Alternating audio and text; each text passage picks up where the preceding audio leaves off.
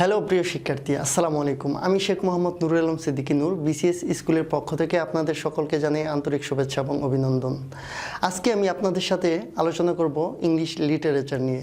এটা এমনই একটা টপিক, এখান থেকে প্রত্যেক পরীক্ষায় আপনি যত ধরনের চাকরি পরীক্ষা বলেন, বিসিএস হতে পারে কিংবা নন বিসিএস হতে পারে, যত ধরনের পরীক্ষা হোক না কেন, এমনকি ভার্সিটি অ্যাডমিশন পরীক্ষাতেও এখান থেকে প্রশ্ন কমন পড়ে থাকে। আজকে আমরা যে টপিকটুকু, যে অংশটুকু আলোচনা করব, আশা করি এখান থেকে 1 থেকে 2টা প্রশ্ন কমন পাবেন, আমার বিশ্বাস। তো আজকে শুরু করতে যাচ্ছি ইংলিশ লিটারেচার।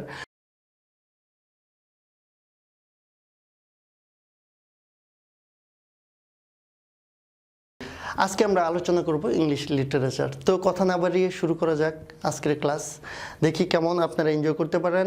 আশা করি এই ক্লাসটা অনেক ইনফরমেটিভ ক্লাস হবে। হ্যাঁ, তো বাংলা সাহিত্য এবং ইংলিশ সাহিত্যের মধ্যে পার্থক্য হচ্ছে ইংরেজি সাহিত্যটা অনেক প্রাচীন, বাংলা সাহিত্যের চেয়ে ইংরেজি সাহিত্যটা অনেক প্রাচীন। এটা একটা প্রশ্ন হতে পারে। দ্বিতীয়ত হচ্ছে ইংরেজি সাহিত্যের ব্যাপ্তিকাল হচ্ছে 450 থেকে 1066 সাল পর্যন্ত, আর বাংলা সাহিত্যের ব্যাপ্তিকাল হচ্ছে 650 থেকে 1200 সাল পর্যন্ত। এখানে আমরা একটা প্রশ্ন কমন পেতে পারি। দ্বিতীয়ত হচ্ছে আমরা আলোচনা করব ওল্ড ইংলিশ পিরিয়ড, বা এটাকে আবার বলা হয় দ্য সেকশন পিরিয়ড বলা হয়, ইংলিশ সেকশন পিরিয়ড বলা হয়, অথবা হচ্ছে দ্য ওল্ড ইংলিশ পিরিয়ড বলা হয়। তাহলে এই ইংলিশ পিরিয়ডটা শুরু হয় 450 থেকে 1066 সাল পর্যন্ত। এই সেকশন পিরিয়ডটা কেন বলা হয় সেটার পিছনে একটা ইতিহাস আছে। সেই ইতিহাসটা হচ্ছে যে 450 থেকে 1066 সাল, 450 সালে কি করে জার্মানির কিছু জাতি ছিল, যেমন জাতিগুলো হচ্ছে যে আপনার স্যাক্সন জাতি, জুট জাতি, অ্যাঙ্গেলস জাতি। এই জাতিগুলো কি করে, এরা দুর্দর্শ জাতি ছিল, এরা অ্যাকচুয়ালি উপজাতি ছিল। এই উপজাতিগুলো কি করে জার্মান থেকে ইংল্যান্ডে অবস্থান করে, ইংল্যান্ড থেকে কি করে ইংল্যান্ডকে দখল করে তাদেরকে কি করে, ইংল্যান্ড যারা একটু দরিদ্র পতনের ছিল তাদেরকে দাসীতে পরিণত করে, এবং কি যারা সম্ভ্রান্ত ছিল, অর্থবিত্তবান ছিল, তাদেরকে কি করে দেশ থেকে, ইংল্যান্ড থেকে বিতাড়িত করে দেয়, ইংল্যান্ডকে কি করে শাসন করে। এই সেকশন জাতিটা হচ্ছে আপনার একটা উপজাতি। এরা শুধু ইংল্যান্ডের কি করে নেয়, তাদেরকে বিতাড়িত করে নেয়, তাদের ভাষার উপর কি এক ধরনের জোর প্রয়োগ করে। জার্মানি জাতিরা, সেকশন জাতিরা কি করে, ইংল্যান্ডের ভাষাটাকেও তারা কেড়ে নেয়। সেই জন্য এই ওল্ড ইংলিশ পিরিয়ডে কি হয়নি, ইংরেজি সাহিত্যে তেমন কোনো সাহিত্য তৈরি হয়নি, বা লিখিত কোনো সাহিত্য আমরা লক্ষ্য করতে পারি না। ইংরেজি সাহিত্যে 4জন আমরা সাহিত্যিককে আমরা দেখতে পাই। তারা হচ্ছেন ক্যাডম্যানকে বলা হয় ইংরেজি সাহিত্যের আদি কবি। আর বাংলা সাহিত্যের আদি কবি বলা হয় লুইপা হচ্ছে বাংলা সাহিত্যের আদি কবি, আর ইংরেজি সাহিত্যের আদি কবি বলা হয় ক্যাডম্যানের পরে আছে কেইনউলফ ছিল, তারপর হচ্ছে সেন্ট ভেনারেবল বেড ছিল, তারপর হচ্ছে আপনার কিং আলফ্রেড দ্য গ্রেট ছিল। কিং আলফ্রেড গ্রেট হচ্ছে ইংরেজি সাহিত্যের গদ্যের জনক বলা হয় একে। প্রাচীন যুগে ইংরেজি সাহিত্যের গদ্যের জনক বলা হয়।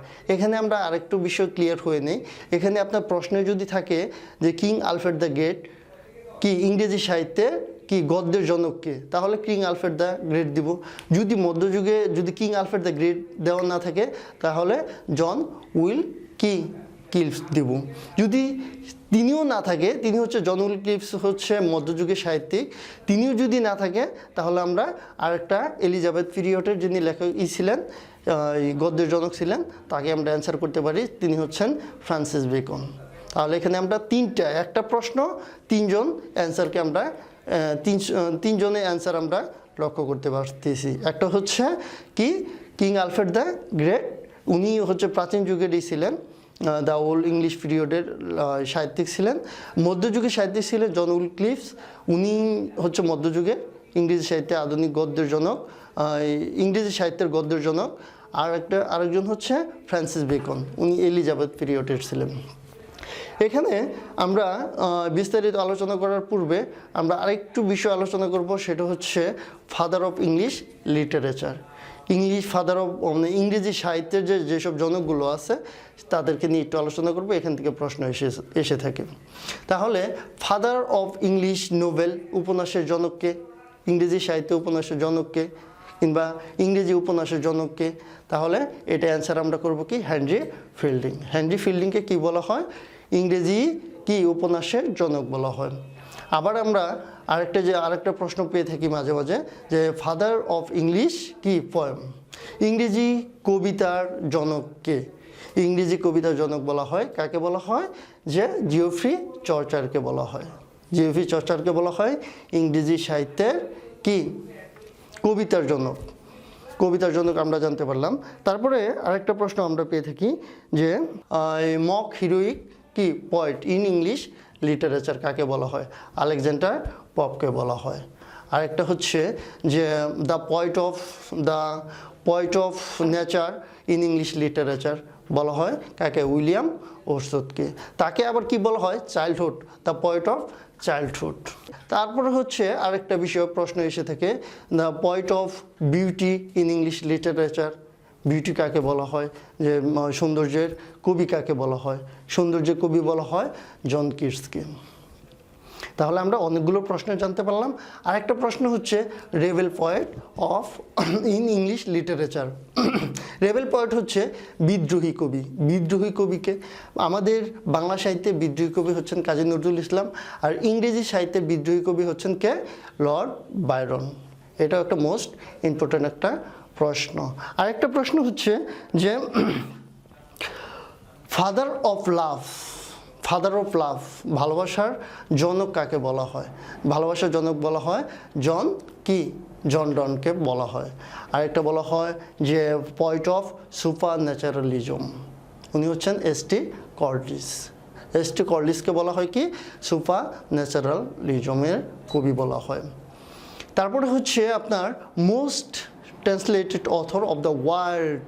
এটা অনেক পরীক্ষায় আসছে, আমি সেদিনও দেখলাম বেশ কিছু একটা পরীক্ষায় আসছে যে সেটা হচ্ছে most translated author of the কি ওয়ার্ল্ড। এটা হচ্ছে V.I. লেনিন, ওনাকে বলা হয়।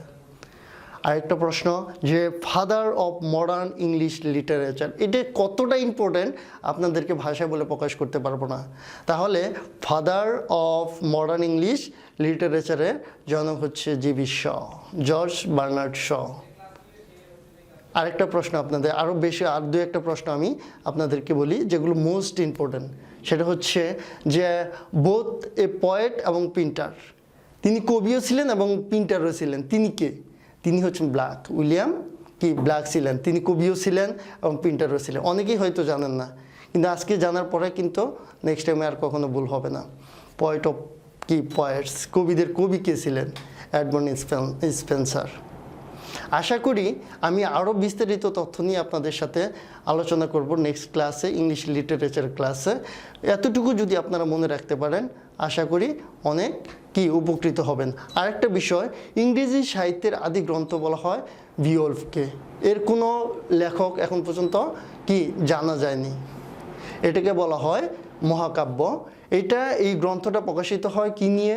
লেখা হয় স্ক্যান্ডিনেভিয়ার পটভূমির আলোকে এই গ্রন্থটা প্রকাশিত হয়, লেখা হয়, মহাকাব্যটা রচিত হয়। কিন্তু এটা ইংল্যান্ডের মহাকাব্য হিসাবে, জাতীয় মহাকাব্য হিসাবে বিবেচনা করা হয়। এটা লন্ডনের ব্রিটিশ মিউজিয়ামে করা আছে? সংরক্ষিত, মূল গ্রন্থটা সংরক্ষিত আকারে আছে।